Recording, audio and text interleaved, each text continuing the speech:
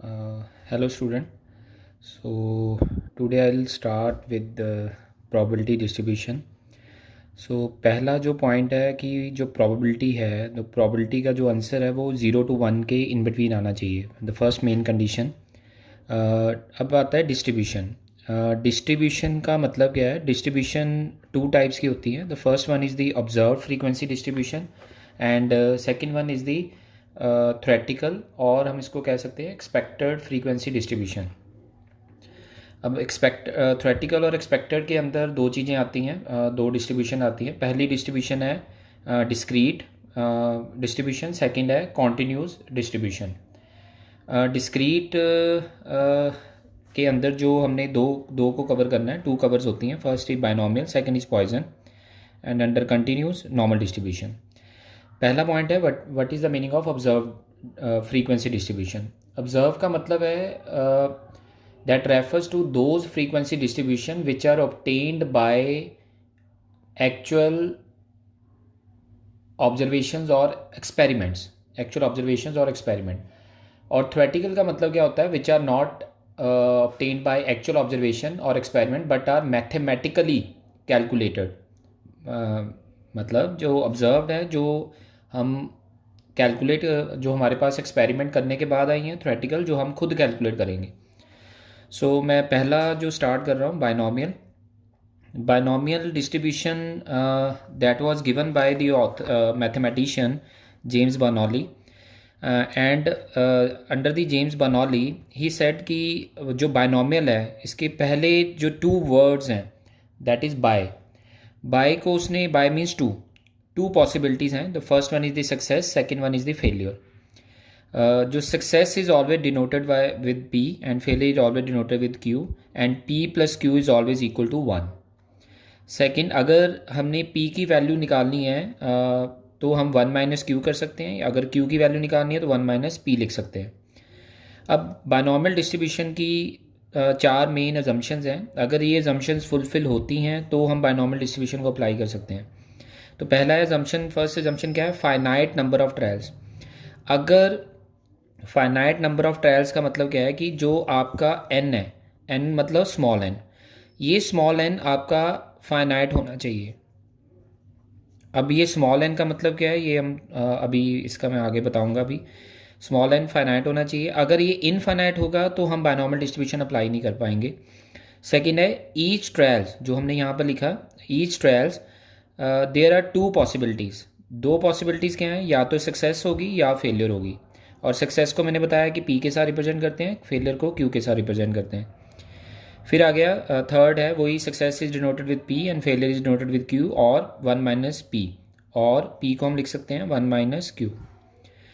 और फोर्थ है, ये जो ट्रायल्स हैं सक्सेस एंड फेलियर, ये ट्रायल्स इंडिपेंडेंट है, ये एक दूसरे के ऊपर डिपेंडेंट नहीं होने चाहिए। अगर ये डिपेंडेंट है तो बायनॉमियल डिस्ट्रीब्यूशन अप्लाई नहीं हो सकता।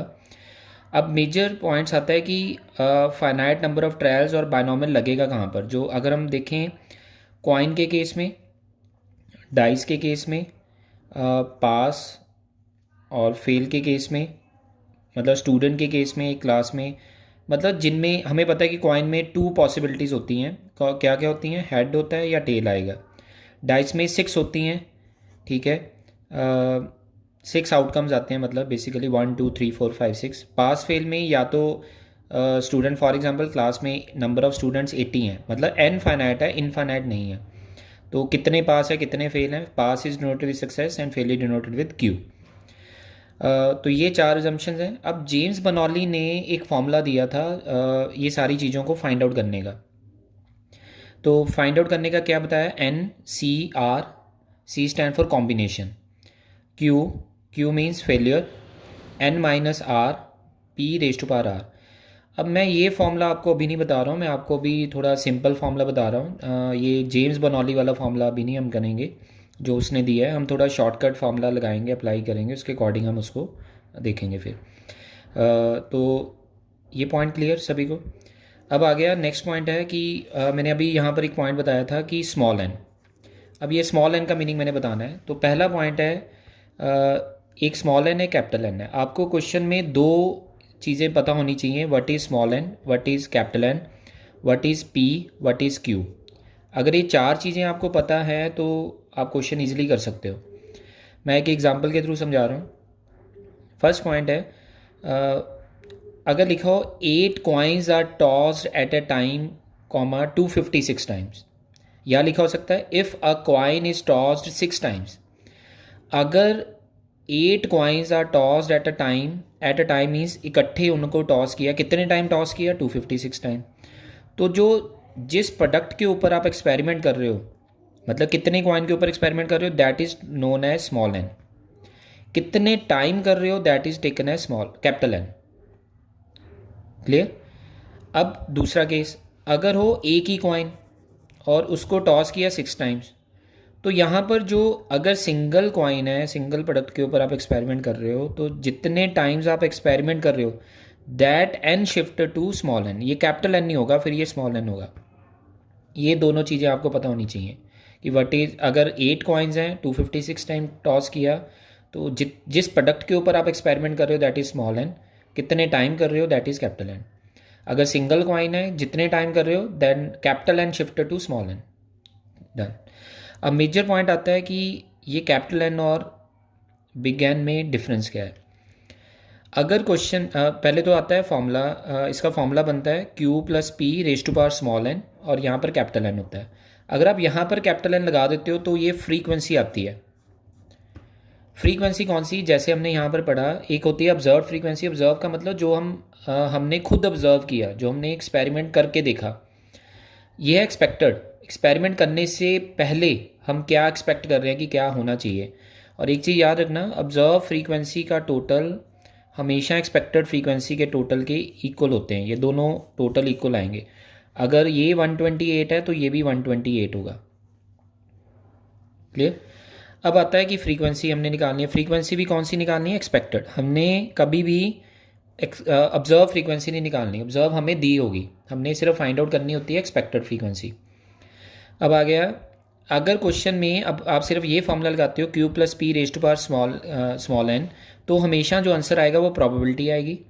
अगर आप इस प्रोबेबिलिटी को कैपिटल एन के साथ मल्टीप्लाई कर देते हो तो एक्सपेक्टेड फ्रीक्वेंसी बन जाती है। तो आपने क्वेश्चन ध्यान से पढ़ना है कि अगर प्रोबेबिलिटी पूछी है तो रेज टू पावर एन करना है, ठीक है, स्मॉल एन करना है, कैपिटल एन के साथ मल्टीप्लाई नहीं करना। अगर फ्रीक्वेंसी पूछी है कौन सी? एक्सपेक्टेड फ्रीक्वेंसी, तो आपने कैपिटल एन के साथ मल्टीप्लाई करना है उसकी फ्रीक्वेंसी निकालने के लिए। अब आता है फॉर्मूला कैसे बनेगा। अब मैं एक एग्जांपल ले रहा हूँ, एग्जांपल हम लेते हैं। फॉर एग्जांपल अब यहाँ पर आ गया इफ़ 4 कॉइन्स, मैंने चेंज कर दिया, if 4 coins are tossed at a time 256 time, तो यहाँ पर स्मॉल एन क्या है? 4, कैपिटल एन क्या है? 256। अब दूसरा पॉइंट, फॉर्मूला क्या बनेगा? Q plus P raise to power 4। मैं अभी बना रहा हूँ प्रोबेबिलिटी का फॉर्मूला, तो ये आपने इंटरपोलेशन में पढ़ा था कि हम फॉर्मूला कैसे बनाते हैं। तो पहला पॉइंट आएगा, Q से, Q पहले लिखना है, P बाद में लिखना है। तो आप Q से स्टार्ट करोगे, Q रेज टू पावर 4, ये लिखा, यहाँ पर 1 है, अगर आप इसको नहीं भी लिखते हो कोई फ़र्क नहीं पड़ता। तो दूसरा आएगा 1 इंटू 4, कितना हो गया? 4। अभी तक हमने कितनी वैल्यू लिखी है? 1। सो 4 इंटू 1 डिवाइड बाई 1, 4 आ गया। Q की वैल्यू को, पावर को आपने कम करना है, P की पावर को इंक्रीज़ करना है, और इन दोनों पावर का टोटल 4 आना चाहिए। कितने कॉइन्स थे? 4, तो टोटल भी 4 होना चाहिए। अगला 4 इंटू 3, इसको मल्टीप्लाई करो, 12। 12 डिवाइड बाई, अभी तक हमने कितने वैल्यू लिखी हैं? 2, तो 12 डिवाइड बाई 2 6 आ गया। तो Q की पावर को और कम कर देना, P की पावर को बढ़ा देना, और इनका टोटल 4 होना चाहिए। अगला 6 इंटू 2, 12 डिवाइड बाई कितनी वैल्यू? 1 2 3, तो ये आ गया 4। Q की वैल्यू को एक कम कर दिया, और कम कर दिया, P की वैल्यू को इंक्रीज़ कर दिया, तो ये भी 4 आ गया। फिर 4 इंटू 1, 4 डिवाइड बाई कितनी वैल्यू लिखी? 1 2 3 4, तो 1 आ गया। Q की पावर 0 होगी, P की पावर 4 होगी। तो ये यहाँ तक पॉइंट आपका यहाँ तक आ गया, ठीक है। अब मैं एक फॉर्मूला बना के देखता हूँ। For example Q plus P raise to power 5, तो पहले क्या आएगा? Q 5 प्लस, यहाँ पर 1 है, सो 1 इंटू 5 क्या हो गया? 5, ठीक है। सो अगला क्या आएगा? Q की पावर को कम कर देंगे, P की पावर को बढ़ा देंगे, तो टोटल क्या हो गया? 5। नेक्स्ट 5 इंटू 4, 20 डिवाइड बाई कितनी वैल्यू लिखी है? 2, 10 आ गया। Q raise to power 3 P raise to power 2, total क्या होना चाहिए 5। Next, so 10 into 3 30, 30 divide by 3, 3 value लिखी हैं, तो क्या आ गया 10 Q raise to power 2 P raise to power 3, फिर टोटल 5 होना चाहिए। नेक्स्ट 10 इंटू 2 20, 20 डिवाइड बाय 1 2 3 4, कितना आ गया 5 Q raise to power 1 P raise to power 4। अब नेक्स्ट 5 इंटू 1 5, 1 2 3 4 5, तो 1 आ गया p raise to power 5, q 0 हो गया। अब इस प्रॉबिलिटी मैंने अभी बताया कि जो प्रॉबिलिटी है p plus q is equal to 1 है, तो इसका जो टोटल आएगा इन सभी को अगर आप प्लस कर दोगे, इन सभी को अगर आप प्लस कर दोगे, इनका टोटल 1 होना चाहिए।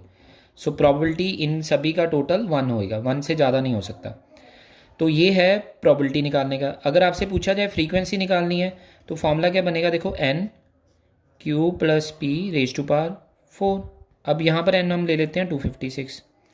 तो फ्रीक्वेंसी अगर पूछा जाए एक्सपेक्टेड फ्रीक्वेंसी निकालो, मैं एक क्वेश्चन भी करवाऊंगा अभी, आपको पता चल जाएगा एक्सपेक्टेड फ्रीक्वेंसी। ठीक है, तो एक्सपेक्टेड फ्रीक्वेंसी कैसे, फॉर एग्जांपल आपसे पूछा गया पहला फार्मूला बनाना है, तो फार्मूला तो ये बना हुआ है ना हमारे पास, तो हमने लिखना कैसे है, हम लिखेंगे capital N q raise to power 4, capital N 4 Q raise to power 3 P raise to power 1, capital N 6 Q raise to power 2 P raise to power 2, capital N 4 Q raise to power 1 P raise to power 3 plus capital N p raise to power 4। तो ये आ गया expected frequency का formula निकालना। अगर दोबारा से कह रहा हूँ, प्रॉबिलिटी निकालनी है तो कैपिटल N के साथ मल्टीप्लाई नहीं करना, अगर फ्रीक्वेंसी निकालनी है तो कैपिटल N के साथ मल्टीप्लाई करना है। And this is very very important formula for binomial distribution.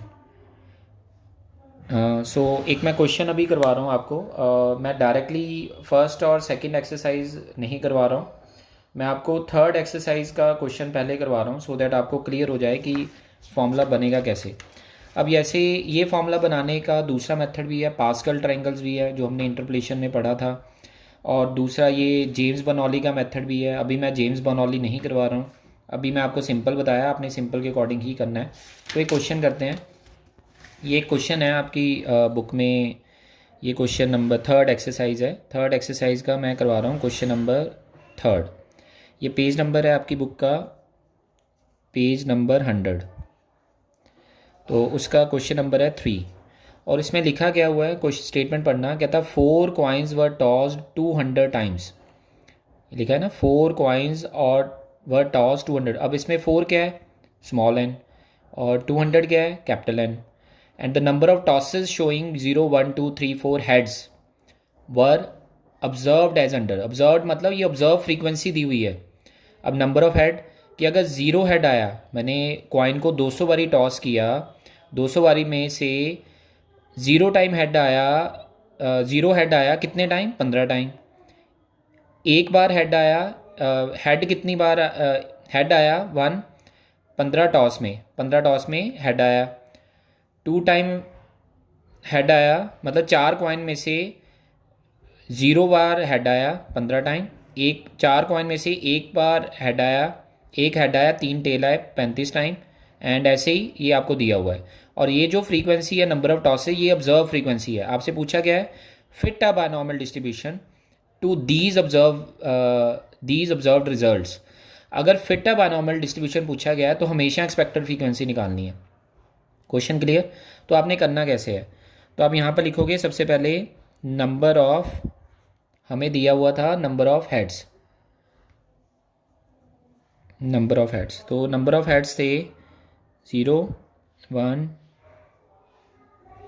1 2 3 4, और आपको हमने तो फाइंड आउट करनी है एक्सपेक्टेड फ्रीक्वेंसी ना, तो मैं डायरेक्टली लिख रहा हूँ एक्सपेक्टेड फ्रीक्वेंसी।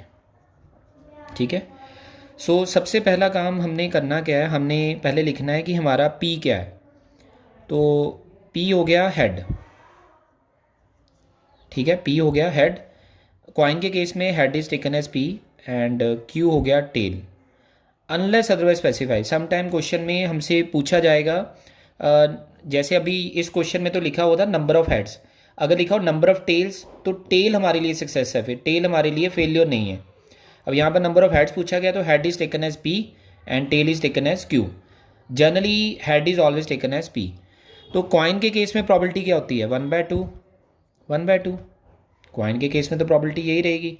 कॉइन के केस में प्रॉबिलिटी हमेशा 2 पॉसिबिलिटीज़ हैं, या तो हेड आएगा या टेल आएगा, और हेड आने के चांसेस 1/2, टेल आने के चांसेस 1/2। अब पूछा गया एक्सपेक्टेड फ्रीक्वेंसी निकालो, तो फॉर्मूला आपको बनाना है। फॉर्मूला आप नीचे लिखोगे पहले, that Q plus P raise to power 4, और यहाँ पर क्या है 256। ये कैपिटल एन हो गया, ये आपका स्मॉल एन हो गया। अब फॉर्मूला क्या बनेगा? यही हमने अभी पीछे पढ़ा था, तो मैं पहले फॉर्मूला बना देता हूँ। क्यू रेज टू पावर 4, मैं अभी प्रॉबिलिटी का बना रहा हूँ, या कैपिटल एन लिख देता हूँ। कैपिटल एन ये फ्रीक्वेंसी का बन जाएगा 4, Q raise to power 3 and P raise to power 1, 12/2 6 N 6, Q raise to power 2, P raise to power 2, 12/3 यहाँ पर कैपिटल एन, और फिर यहाँ पर आएगा 4, Q raise to power 1, P raise to power 3 and plus N P raise to power 4। अब इसको लिखना कैसे है? यहाँ पर जब आपने एक्सपेक्टेड फ्रीक्वेंसी निकालनी है, एक एक वैल्यू को यहाँ पर लिख देना है। जीरो के सामने आएगा, पहले क्या लिखा? जीरो हेड, मतलब जीरो हेड, कोई हेड नहीं है। तो क्या इसमें हेड है? हेड को हमने क्या माना था? पी, तो इसमें तो पी है ही नहीं है, तो N Q raise to power 4। फिर क्या पूछा? एक हेड, एक हेड, हेड मतलब पी, एक हेड किस में है? ये रहा, तो N 4 Q raise to power 3 P raise to power 1। दूसरा ऐसे ही next N 6 Q raise to power 2 P raise to power 2, N 4 Q raise to power 1 P raise to power 3 N P raise to power 4। अब इसमें value fill करनी है आपने। अब देखो इसकी वैल्यू क्या आएंगी? कैपिटल एन क्या था? 256, एंड दूसरा क्यू की वैल्यू हमने क्या ज्यूम की है? 1/2, सो 1/2 रेज टू पावर 4, ये हमने यहाँ पर लिख दिया। अब यहाँ पर क्या आएगा? कैपिटल एन इज़ 256, 256 और 4 into 4 into 1/2 raise to power 3, 1/2 raise to power 1। ऐसे ही 256 into 6 into 1/2 raise to power 2 into 1/2 raise to power 2। ऐसे ही 256 into 4 into 1/2 raise to power 1, 1/2 raise to power 3, 256 into 1/2 raise to power 4। अब इसको solve करना है। So 256 into 1/2 raise to power 4, तो 2 को 4 टाइम मल्टीप्लाई करोगे 16 आ गया। तो जब आप इसको डिवाइड करोगे तो आपकी वैल्यू आएगी, वैल्यू आ जाएगी इसकी 256 divide by 16, just 256 divide by 16,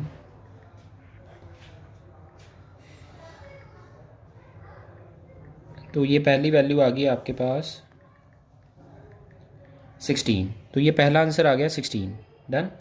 ऐसे आपने सारी वैल्यू निकालनी है, तो मैं दूसरी वैल्यू भी एक निकाल के बता देता हूँ। अगर मैं इसको सॉल्व करता हूँ अभी सेकंड वाली वैल्यू को, अब यहाँ पर जो n है ना वो n 200 है, ये मैंने 256 लिख लिया, n इज़ 200, तो यहाँ पर 200 कर लो पहले, तो फिर आंसर चेंज हो जाएगा। वो पिछले एग्जाम्पल के अकॉर्डिंग हमने वो कंप्लीट कर लिया था 200। तो अगर मैं 200 इसको पहले डिवाइड करके आ गया 12.5, तो दूसरा इसको अगर आप सॉल्व करोगे ये आ जाएगा 50, और ये आ जाएगा 75, ये आ जाएगा 50, ये आ जाएगा 12.5। और इसका अगर आप टोटल करोगे n इज़ इक्वल टू 200 आएगा। और आप चेक करना, ये जो क्वेश्चन है इसमें ये ऑब्ज़र्व फ्रीक्वेंसी दी हुई है 15, 35, 90, 40, 20। आप इसका टोटल भी करोगे वो 200 ही आएगा। ठीक है, आप चेक कर लेना। तो ऑब्जर्व्ड एंड एक्सपेक्टेड का टोटल हमेशा इक्वल होता है। ठीक है, तो ये एक पॉइंट आ गया। क्लियर है ये पॉइंट? अब मैं आपको करवा रहा हूँ, ये तो था कॉइन वाला केस। तो आपने एक क्वेश्चन इसके साथ का जो सेम आप ट्राई कर सकते हो। क्वेश्चन नंबर है फिफ्थ क्वेश्चन है। इसमें लिखा क्या हुआ है? 5 कॉइन्स आर टॉस्ड 128 टाइम्स। तो ये मैं आपको पहले करवा दूँ एक बार, तो थर्ड एक्सरसाइज आपकी कंप्लीट हो जाएगी। फिर फिफ्थ क्वेश्चन है, फिफ्थ क्वेश्चन इंपॉर्टेंट है for final point of view. इसमें लिखा है 5 coins टॉस्ड 128 टाइम्स। अब इसमें स्मॉल एन क्या है, ये आ गया। कैपिटल एन क्या है, ये आ गया। दोनों चीज़ें आ गई।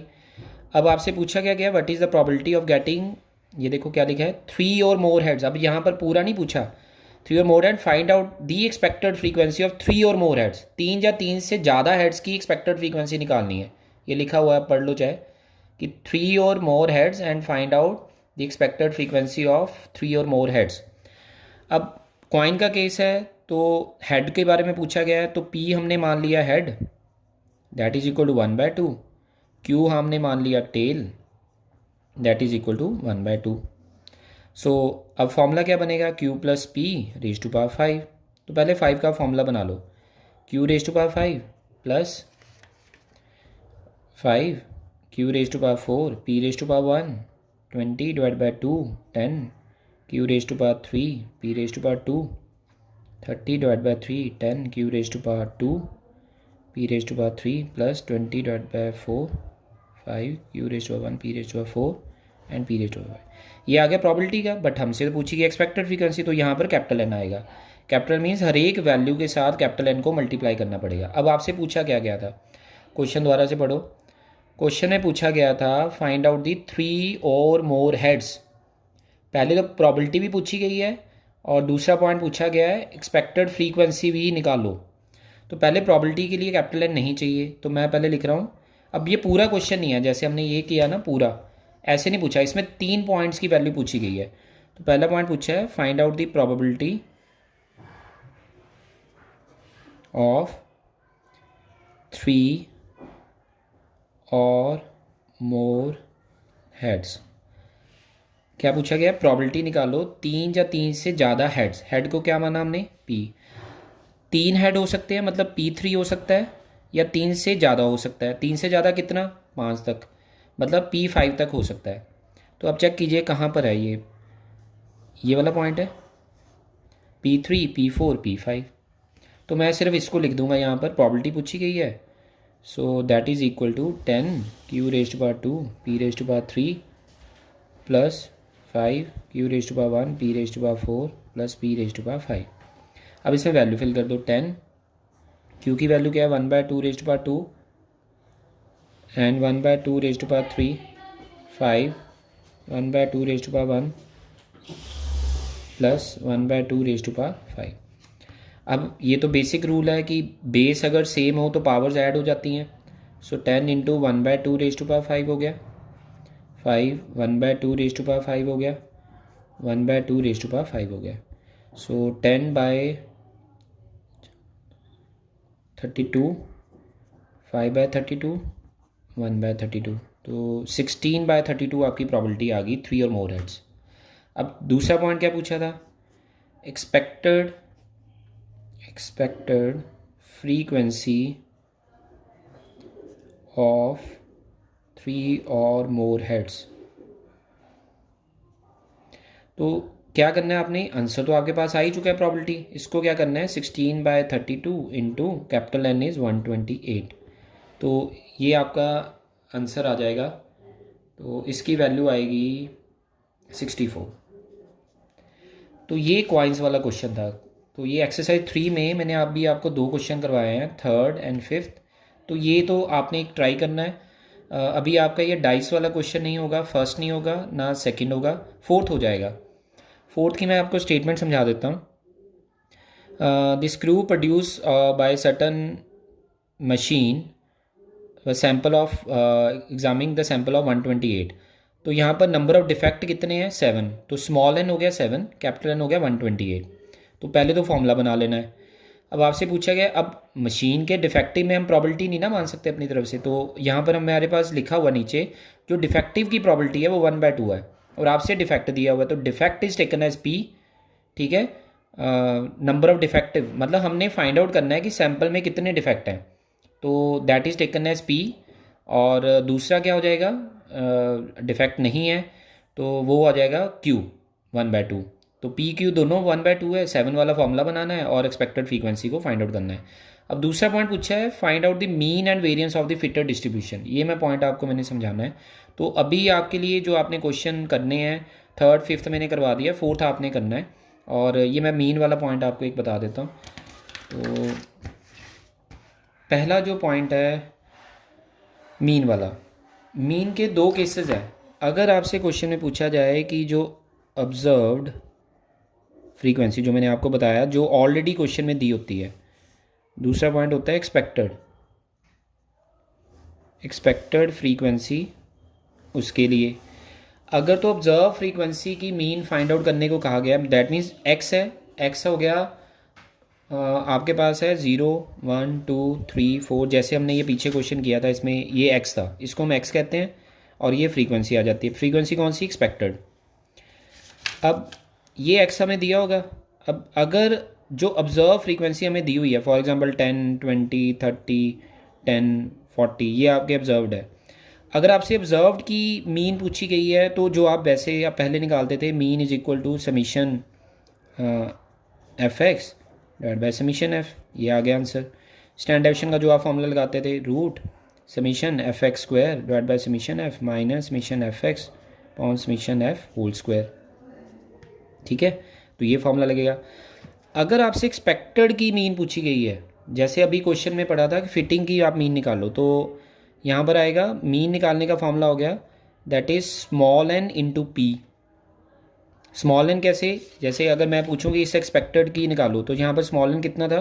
4, ये स्मॉल एन है, तो स्मॉल एन 4, पी कितना था? 1/2, तो मीन आ गया 2।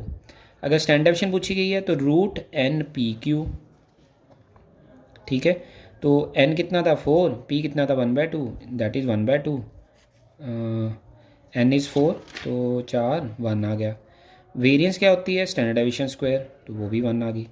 तो अगर ऑब्जर्व से पूछा गया है मीन, तो ये फॉर्मूले जो आपने ऑलरेडी पढ़े हुए हैं। अगर एक्सपेक्टेड से पूछा गया तो ये 3 फॉर्मूले आपने निकालने हैं, दिस दिस एंड दिस। यहाँ पर वेरिएंस क्या है? Standard deviation square.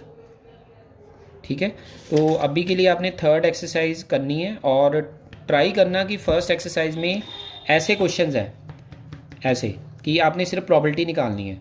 तो मैं एक बार फर्स्ट और सेकंड एक्सरसाइज के भी क्वेश्चन आपको सॉल्व करवा दूंगा। ठीक है, तो अभी आपने फ़िलहाल थर्ड एक्सरसाइज के ऊपर ध्यान देना है। So thank you very much.